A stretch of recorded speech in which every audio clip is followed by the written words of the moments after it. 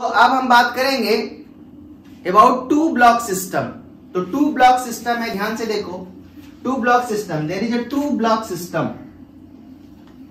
ये एक horizontal surface है, this is a horizontal surface on which two blocks are kept. One block is of 8 kg and another block of 12 kg, 8 kg and 12 kg, and here we are applying external force.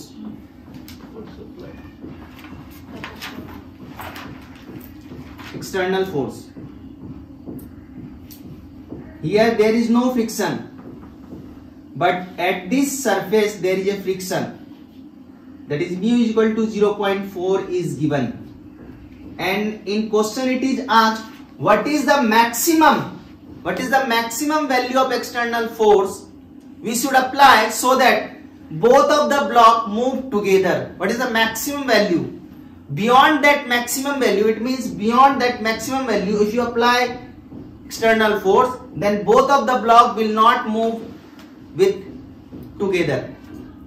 It means both will have different acceleration. And in this part, you are asked to find what is the maximum value of F external so that both of them move together. It means both have common acceleration. दोनों का acceleration क्या हो? Same हो.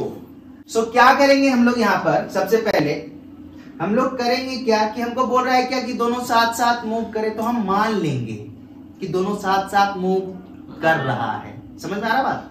हम मान लेंगे कि दोनों साथ साथ मूव कर रहा है। इसका मतलब हम इस सब को क्या मान लेंगे? सिस्टम मान लेंगे। इस दोनों ब्लॉक को हम क्या मान लेंगे?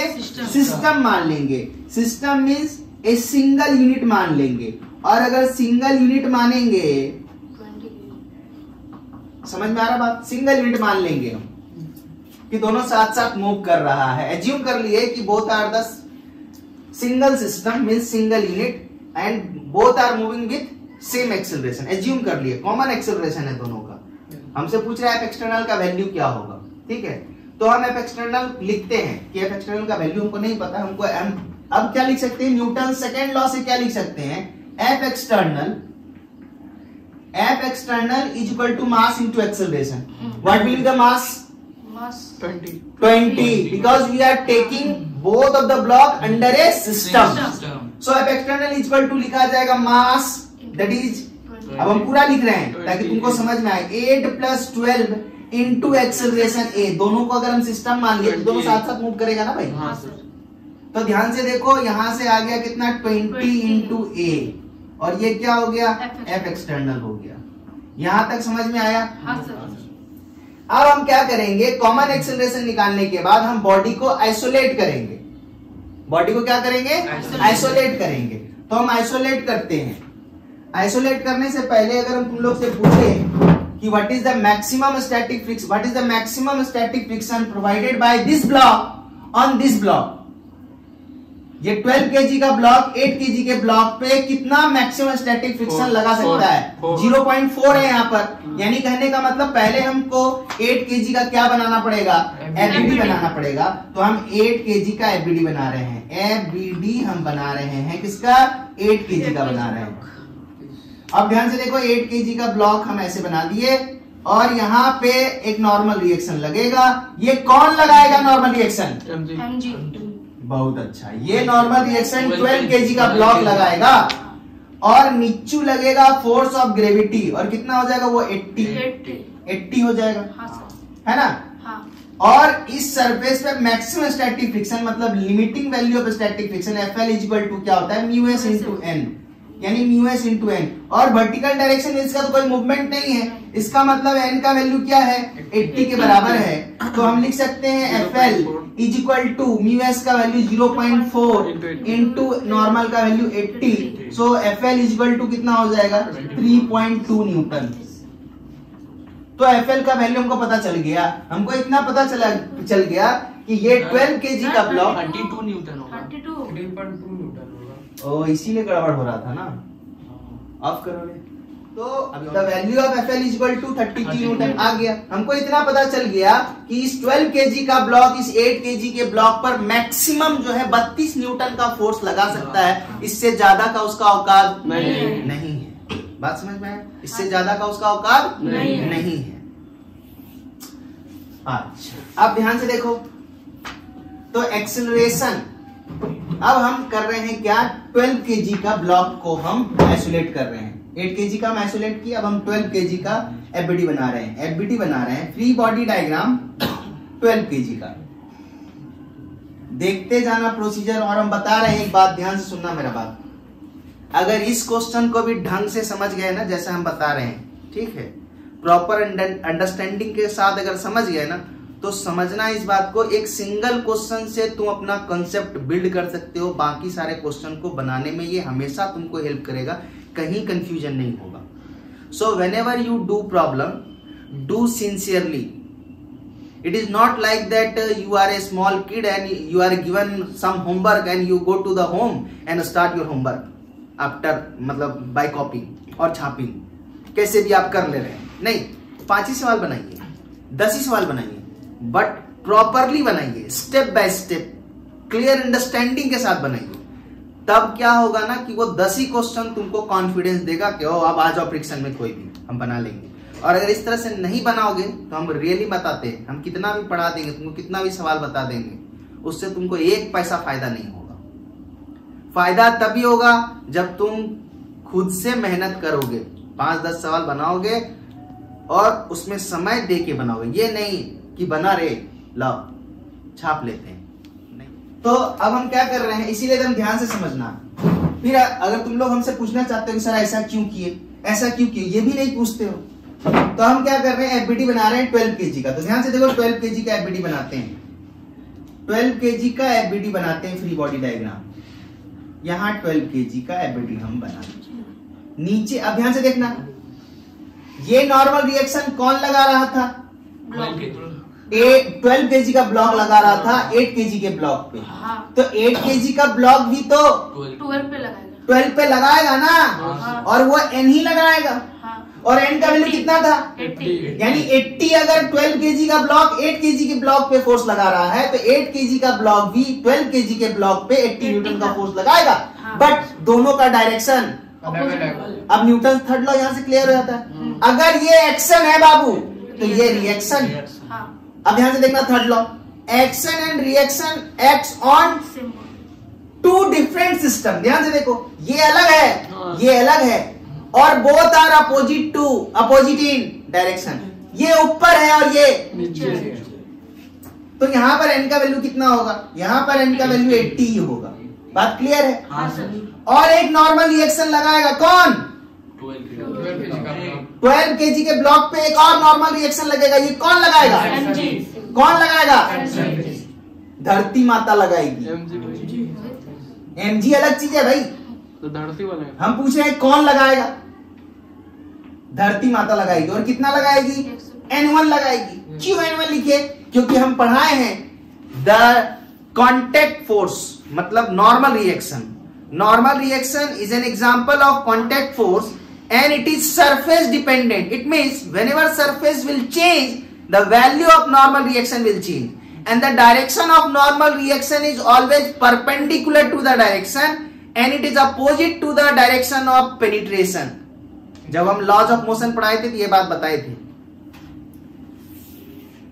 तो ये N1 लगा रहा है कौन, धरती माता लगा रही है N1, ठीक है। और एक लगेगा mg, तो 120। ध्यान से देखो, नीचे ये जो ग्राउंड पे रखा हुआ था यहाँ पर कोई फ्रिक्शन नहीं था, तो यहाँ पर तो फ्रिक्शन नहीं लगेगा, क्योंकि अगर ये दोनों साथ साथ अगर मूव करेगा तो नीचे तो कोई फ्रिक्शन है ही नहीं। म्यू का वैल्यू 0 है तो नीचे कोई फ्रिक्शन नहीं लगेगा, लेकिन ऊपर तो है, ऊपर तो है। तो ध्यान से देखो, यहाँ पर हम मान लिए कि यहाँ पर मैक्सिमम स्टैटिक फ्रिक्शन लग रहा है, वो वैल्यू FL है, और उसका वैल्यू कितना है 32 न्यूटन है, 32 न्यूटन है। और इधर एक फोर्स लग रहा था, ध्यान से देखो, F एक्सटर्नल, तो F एक्सटर्नल यहाँ लिख दी। इतना हो गया है, वीडियो हम कुछ नहीं किए हैं, इसमें अभी हम कोई सवाल नहीं बनाएंगे, सब पुराना ज्ञान है। क्या यहाँ तक बात समझ में आया? हाँ सर। अब ध्यान से समझना, FL का वैल्यू 30 न्यूटन हो गया, तो ये ब्लॉक इधर तो मूव करेगा और इसका एक्सेलरेशन क्या होगा, a, क्योंकि हम a माने हैं। तो ध्यान से देखो, यहां से a एक्सेलरेशन का वैल्यू निकालते हैं, तो a एक्सेलरेशन का वैल्यू क्या आएगा, a बराबर क्या आएगा, F external minus 32 divided by 12, आया ना। अच्छा, लेकिन यहां से यहां से अगर हम एक्सेलरेशन का वैल्यू निकालें तो यहां से एक्सेलरेशन का वैल्यू क्या है, F एक्सटर्नल बाई 20, दोनों तो बराबर होना चाहिए, तो हम यहां पर दोनों को बराबर कर रहे हैं। F external divided by 20 is equal to F external minus 32 divided by 12। क्या यहां तक बात क्लियर है? हम दोनों को बराबर क्यों किए, क्योंकि हम इस स्टेप में क्या किए थे कि पहले हम कॉमन एक्सेलरेशन निकाल लिए इस स्टेप में, यानी पहले हम लोग सिस्टम माने और सिस्टम मान के कॉमन एक्सेलरेशन निकाल लिए, और यहां से एक्सेलरेशन का वैल्यू क्या आया था, यहां से एक्सेलरेशन का वैल्यू आया था F एक्सटर्नल डिवाइडेड बाय 20, और इसका डायरेक्शन इधर ही था और इसका डायरेक्शन भी इधर ही है, तो हम इससे अलग निकाले और यहां पर वैल्यू निकाल लिए। यहां तक समझ में आया? हाँ, अब ध्यान से देखना, ये 4 से कट जाएगा 3 बार में, 4 या 12, और ये 4 से कट जाएगा 5 बार में, 4 पंचे 20, तो ये 3 जो है इससे मल्टीप्लाई हो जाएगा तो 3F एक्सटर्नल हो जाएगा, so this is equal to 3F external, और ये जब इससे मल्टीप्लाई होगा तो 5 हो जाएगा, 5F एक्सटर्नल, और माइनस 5 से मल्टीप्लाई करेंगे तो हो जाएगा 160, हो जाएगा 160। अब ध्यान से देखो, तो ये वाला अगर इधर आएगा तो -2 हो जाएगा, अरे होगा या नहीं होगा, और -2 हो जाएगा इक्वल टू माइनस 160 हो जाएगा, यानी F एक्सटर्नल का वैल्यू क्या आया बाबू, 80। F एक्सटर्नल का वैल्यू क्या आया, 80। F एक्सटर्नल का वैल्यू क्या आया, 80 न्यूटन आया, कि अगर आप 80 न्यूटन का फोर्स लगाएंगे तो दोनों ब्लॉक क्या होगा, साथ साथ मूव करेगा। ठीक है, अच्छा, अब चलो ऊपर वाले ब्लॉक से हम बनाने की कोशिश करते हैं, ऊपर वाले ब्लॉक से हम बनाने की कोशिश करते हैं। अब क्या करते हैं, हम 8 kg के ब्लॉक को जो हम यहां पर बनाए हैं फ्री बॉडी डायग्राम, ध्यान से देखो, इस पे फ्रिक्शन किधर लगेगा बाबू, ध्यान से देखो, समझना मेरा बात को। जब हम इसको सिस्टम माने, स्टार्टिंग में जब हम इसको सिस्टम माने तो हम माने कि एक सिंगल बॉडी है, दो अलग अलग बॉडी नहीं है, तो इस पे जो F एक्सटर्नल लग रहा है दोनों साथ साथ मूव करेगा, तो हम कॉमन एक्सेलरेशन निकाल लिए। अब अलग अलग देखना है, कोशिश करना, 12 kg के ब्लॉक को एक्सेलरेशन हम निकाल लिए, दोनों का कॉमन एक्सेलरेशन आ गया। 12 kg के ब्लॉक को कौन मूव करा रहा है, मेरे क्वेश्चन का आंसर करो, F एक्सटर्नल। लेकिन 8 kg के ब्लॉक पे तो हम F एक्सटर्नल नहीं लगाए हैं, हम तो केवल 12 kg पे लगाए। तो 8 kg के ब्लॉक को इधर कौन ले जा रहा है, who is responsible, friction. 12 kg नहीं, फ्रिक्शन फोर्स इसको इस डायरेक्शन में ले जा रहा है, क्योंकि हम तो उस पे F एक्सटर्नल लगाए ही नहीं है। ध्यान से देखो, यहां पर FL यानी मैक्सिमम स्टैटिक फ्रिक्शन का वैल्यू हम 32 न्यूटन लिखे और डायरेक्शन इधर दिखाएं। ये कौन लगा रहा है, 8 kg का ब्लॉक लगा रहा है 12 kg के ब्लॉक पे। क्यों? क्योंकि हम F एक्सटर्नल का डायरेक्शन उधर रखे हैं, तो what will be the tendency of acceleration, tendency of relative motion of 12 kg, forward direction, तो वो हमेशा अपोज करेगा, तो उसके अपोजिट डायरेक्शन में, इसीलिए ऊपर वाला ब्लॉक क्या क्या इस पे इधर फ्रिक्शन लगा दिया। बोलो बात समझ में आया? अब हम 12 kg के ब्लॉक पे बैठ के हम 8 kg के ब्लॉक को अगर देखें तो हमको दिखेगा कि ये एक्शन है, ये अगर एक्शन है तो रिएक्शन भी तो होगा ना भाई। तो एक्शन अगर लेफ्ट साइड काम कर रहा है तो रिएक्शन राइट साइड काम करेगा ना, तो रिएक्शन राइट साइड काम कर रहा है, ये है FL, और इसका वैल्यू 32 न्यूटन है, यानी इसको एक्सेलरेशन तो यही प्रोवाइड कर रहा है। तो हम FL यानी 32 बराबर FL का वैल्यू है, FL is equal to 32 and 32 is equal to mass into acceleration. What is the mass? 8. Acceleration तो A ही है क्योंकि कॉमन हम माने, तो A का वैल्यू कितना आ गया भाई? 4 आ गया। A का वैल्यू कितना आ गया? 4। और यहां से A का वैल्यू कितना है? एफ एक्सटर्नल बाई 20, इसका वैल्यू अगर तुम रखो एफ एक्सटर्नल बाई 20, देखो F external by 20 is equal to 4, this imply F external is equal to 80। यहां से भी 80 आया। आंसर आप दोनों ब्लॉक से निकाल सकते हैं, कोई दिक्कत नहीं है। क्या बात समझ में आया? तो अब देखना चमत्कार, अभी जो बताया क्या समझ में आया? हाँ सर। कोई दिक्कत नहीं है, नहीं। जवाब आना चाहिए। इतना क्वेश्चन अभी हम लोग इस क्वेश्चन को सॉल्व किए। एफ एक्सटर्नल का वैल्यू हम लोग को तो आ गया 80 न्यूटन, यानी 80 मैक्सिमम। अगर आप 80 न्यूटन का फोर्स लगाइएगा तो दोनों ब्लॉक क्या करेगा?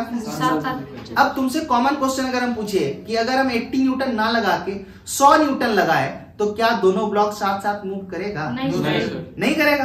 अब चेक करते हैं कि मान लेते हैं एफ एक्सटर्नल का वैल्यू कितना दिया हुआ है? 100 दिया हुआ है। हमसे क्वेश्चन हम चेंज कर रहे हैं कि एफ एक्सटर्नल का वैल्यू दे दिया 100 न्यूटन और पूछा गया find acceleration of 8 kg and 12 kg। समझ में आ गया बात? क्वेश्चन क्लियर है कि एफ एक्सटर्नल का वैल्यू अगर 100 न्यूटन लगाएं तो हमसे पूछ रहा है कि what will be the acceleration of 8 kg and 12 kg। Step 1 हमेशा वही रहेगा। हमको क्या पता दोनों साथ मूव करेगा कि नहीं करेगा? वैसे हमको प्रीवियस क्वेश्चन से पता है क्योंकि उसी का पार्ट है तो साथ साथ नहीं मूव करेगा, लेकिन अब तुम उसको भूल जाओ। हमको तो नहीं पता ना कि साथ साथ मूव करेगा ही नहीं करेगा, तो स्टेप 1 वही रहेगा, फाइंड कॉमन एक्सेलरेशन। ध्यान से देखना, स्टेप 1 रहेगा कि कॉमन एक्सेलरेशन अपने को निकालना है, अपना निकाल लेते हैं। देखो कॉमन एक्सेलरेशन स्टेप 1। तो ध्यान से देखो 100 टोटल फोर्स है हॉरिजॉन्टल डायरेक्शन में equal to mass into acceleration, यानी मास कितना 8 + 12 इनटू एक्सेलरेशन a, यानी एक्सेलरेशन का वैल्यू कितना आ गया 5 मीटर पर सेकंड स्क्वायर। यानी हमने ये एज्यूम किया कि both of the block are moving with same acceleration and the value of acceleration is 5 meter per second square. Clear है? अच्छा, स्टेप 1 क्लियर हो गया। स्टेप 2 वही बात। स्टेप 2 फ्रिक्शन कहां दिया हुआ है? Between the blocks, between the surfaces of the blocks and the friction is absent on the ground। यहां पर तो फ्रिक्शन है ही नहीं, तो यहां पर फ्रिक्शन है। पहले हम FL निकालेंगे। हमेशा हम लोग स्टैटिक फ्रिक्शन का लिमिटिंग वैल्यू निकालेंगे, तो FL तो वही आएगा, FL इक्वल टू वही आएगा भैया 32 न्यूटन। बोला है या ना? ये तो मैक्सिमम इतना लगेगा, ठीक है, इतना लग सकता है, ये तो हमको पता है। ये FS मैक्स है यानी FL है। अब हम कर रहे हैं कि अपने को तो पता ही नहीं है ना कि FL का वैल्यू, क्योंकि यहां पर 100 न्यूटन दिया हुआ है, ठीक है। अब हम क्या कर रहे हैं 12 kg के ब्लॉक को 12 kg के ब्लॉक का एबीडी बना रहे हैं। 12 kg इधर फोर्स कितना है 100 न्यूटन का है, इधर फ्रिक्शन कितना लग रहा है पता नहीं ना, अपने को पता नहीं इस केस में कि यहां पर कितना लगेगा।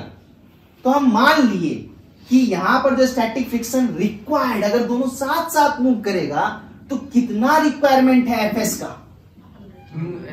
अरुजा देखते जाओ बस। यहां पर हम एफएस रिक्वायर्ड क्यों लिखे, क्या ये बात समझ में आया? ध्यान से सुनो, पहले हम कॉमन एक्सेलरेशन निकाल लिए, मैक्सिमम स्टैटिक फ्रिक्शन का वैल्यू 32 न्यूटन लगा लिए। हम कैसे डिसाइड करेंगे कि यहां पर 32 ही लगेगा? कोई क्राइटेरिया है? वो तो 100 लगा रहा है। यस सर, वो तो 100 लगा रहा है। यस सर, म्यू एल का अगर वैल्यू से 40 आएगा, लेकिन 40 तो लगाने। चलो हम एफएस रिक्वायर्ड, इसीलिए हम मान लिए, हमको नहीं पता यहां पर कितना फ्रिक्शन लगेगा, स्टैटिक फ्रिक्शन का कौन सा वैल्यू लगेगा, इसीलिए हमको नहीं पता, इसीलिए हम मान लिए इसमें एफएस रिक्वायर्ड, ठीक है। और एक्सीलरेशन तो अपने को पता है, इसका अपने को एक्सीलरेशन इसका पता है, वो कितना है 5 मीटर पर सेकंड स्क्वायर। और नीचे कोई फ्रिक्शन है नहीं, नीचे वाले सरफेस पे कोई फ्रिक्शन है नहीं, तो लिखेंगे ना 100 माइनस एफएस रिक्वायर्ड बराबर मास इंटू एक्सेलरेशन। मास कितना 12, एक्सेलरेशन कितना 5। तो ध्यान से देखो एफएस रिक्वायर्ड कितना हो गया, what is FS required 40 Newton. FS required is less than sorry greater than FL। 12 kg का ब्लॉक 8 kg के ब्लॉक पे मैक्सिमम 32 न्यूटन का फोर्स लगा सकता है, उससे ज्यादा का उसका औकात है ही नहीं। और साथ साथ मूव करने के लिए जो रिक्वायरमेंट है स्टैटिक फ्रिक्शन का वो 40 है। वो कितना है? 40 है। तो 40 तो लग ही नहीं सकता है। इसका मतलब दोनों ब्लॉक साथ साथ मूव नहीं करेगा। दोनों ब्लॉक साथ साथ मूव नहीं करेगा। क्या बात समझ में आया है? अब हमको इसका मतलब अब बताओ, यहाँ पर मैक्सिमम इस वाले सरफेस में जो हम रिक्वायर्ड लिखे हैं, अगर फिर से एबिलिटी बनाई तो गलत हो गया। जो हम एज्यूम किए थे स्टेप 1 में कि साथ साथ मूव करेगा, ये मेरा एजम्पशन था। FL का वैल्यू 32 न्यूटन था, लेकिन रिक्वायर्ड कितना आया? 40 greater than FL। It means both block can't move together. तो दोनों अलग अलग एक्सीलरेशन से मूव करेगा। तो फिर से एबिलिटी बनाओ किसका? 12 kg का। 12 kg का इस डायरेक्शन में कितना फोर्स लग रहा है बाबू? आवाज ही नहीं आ रहा है। 100 न्यूटन। यहां फ्रिक्शन कितना लग रहा है? 30 न्यूटन, क्योंकि इससे ज्यादा का इसका औकात नहीं है। और अपने को एक्सीलरेशन जो कॉमन वाला माने थे वो तो खत्म हो गया। तो गलत हो गया ना भाई, ये गलत हो गया। अरे ये गलत हो गया। तो इसका एक्सीलरेशन, तो एक्सीलरेशन कितना आएगा? 100 minus 32 divided by 12। Calculate and this is answer. क्या बात समझ में आया? 100 में से 32 जाएगा तो 70 68 68 बाय 12। कटा बटाओ हम बताएंगे नहीं आप, यानी कहने का मतलब निकाल ही देते हैं। 68 डिवाइडेड बाय 12 तो 12 पंचे 60 पॉइंट बरछक 72 लगभग इतना। जो हम 5 लिखे थे वो नहीं, 5.6 मीटर पर सेकेंड स्क्वायर से ये चलेगा। और 5 से चलता, अगर यहां पर FS रिक्वायर्ड का वैल्यू FL के बराबर अगर आ जाता या छोटा हो जाता तो आंसर यही होता। क्या बात समझ में आया? अब तुम सोचोगे कि सर वो 8 kg का एक्सीलरेशन कितना होगा, तो 8 kg का बना लो एक बिट। 8 kg का 8 kg को इधर कौन ले जाएगा? 32 न्यूटन। तो 32 इसको एक्सेलरेशन प्रोवाइड करेगा इस डायरेक्शन में। तो इसको A1 मान लो, A1 का वैल्यू आ गया। इसको A2 मान लो, क्योंकि दोनों का एक्सेलरेशन तो अलग अलग है। और A2 बराबर लिखा जाएगा एक्सेलरेशन बराबर फोर्स बटे मास। फोर्स का वैल्यू 32 4 मीटर पर सेकेंड स्क्वायर। क्या समझ में आया? क्वेश्चन वही है। हम F एक्सटर्नल का वैल्यू चेंज कर रहे हैं और कितना कर दे रहे हैं इसको? 60 न्यूटन कर दो भाई, 60 न्यूटन। और फिर से वही क्वेश्चन है कि find acceleration of 8 kg and 12 kg। और फिर से स्टेप 1 वही है, फाइंड कॉमन एक्सीलरेशन। तो इस बार 100 की जगह पर कितना लिखेंगे? कितना लिखेंगे भाई? 60। तो लिख दो, ये 60 टोटल फोर्स हो गया बराबर मास इंटू एक्सीलरेशन। तो 8 प्लस 12 इंटू एक्सीलरेशन। और एक्सीलरेशन कितना आ जाएगा? ये 12 और 8 20, यानी 3 मीटर पर सेकेंड स्क्वायर। FL तो इतना ही रहेगा। स्टेप 2 में देखो, FL तो इतना ही रहेगा ना, क्योंकि हम कोई वैल्यू चेंज नहीं करें। FL तो इतना ही रहेगा। आ जाओ यहाँ पर FS रिक्वायर्ड यही लिखेंगे।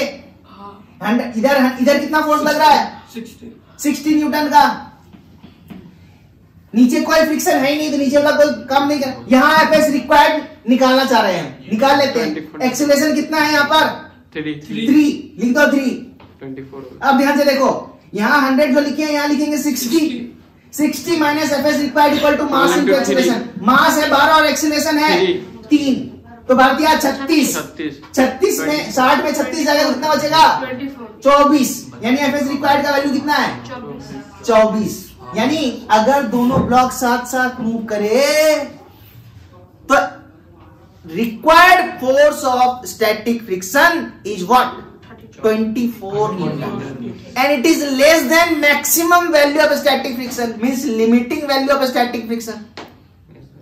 It means both block will move together. इससे ज्यादा तुमको आगे का पढ़ने का कोई जरूरत ही नहीं है। क्वेश्चन सॉल्व हो गया। एक्सीलरेशन दोनों का कितना है? 3 मीटर पर सेकेंड स्क्वायर। आंसर। क्या बात समझ में आया है? यस FS रिक्वायर्ड, अभी जो FS रिक्वायर्ड है वो लेस देन FL है। तो साथ साथ मूव, ये क्या दिखाता है, ये क्या दिखाता है, ये दिखाता है कि साथ साथ मूव करेगा तो एक्सेलरेशन कितना आएगा। ये दिखाता है कि साथ साथ मूव करने के लिए स्टैटिक फ्रिक्शन कितना चाहिए, वो कितना चाहिए, 24 चाहिए। मैक्सिमम कितना हो सकता है, 32 हो सकता है, चाहिए 24, मैक्सिमम हो सकता है 32। तो दोनों साथ साथ मूव करेगा ही। तो इसीलिए आंसर क्या हो गया, 3 मीटर पर सेकेंड स्क्वायर।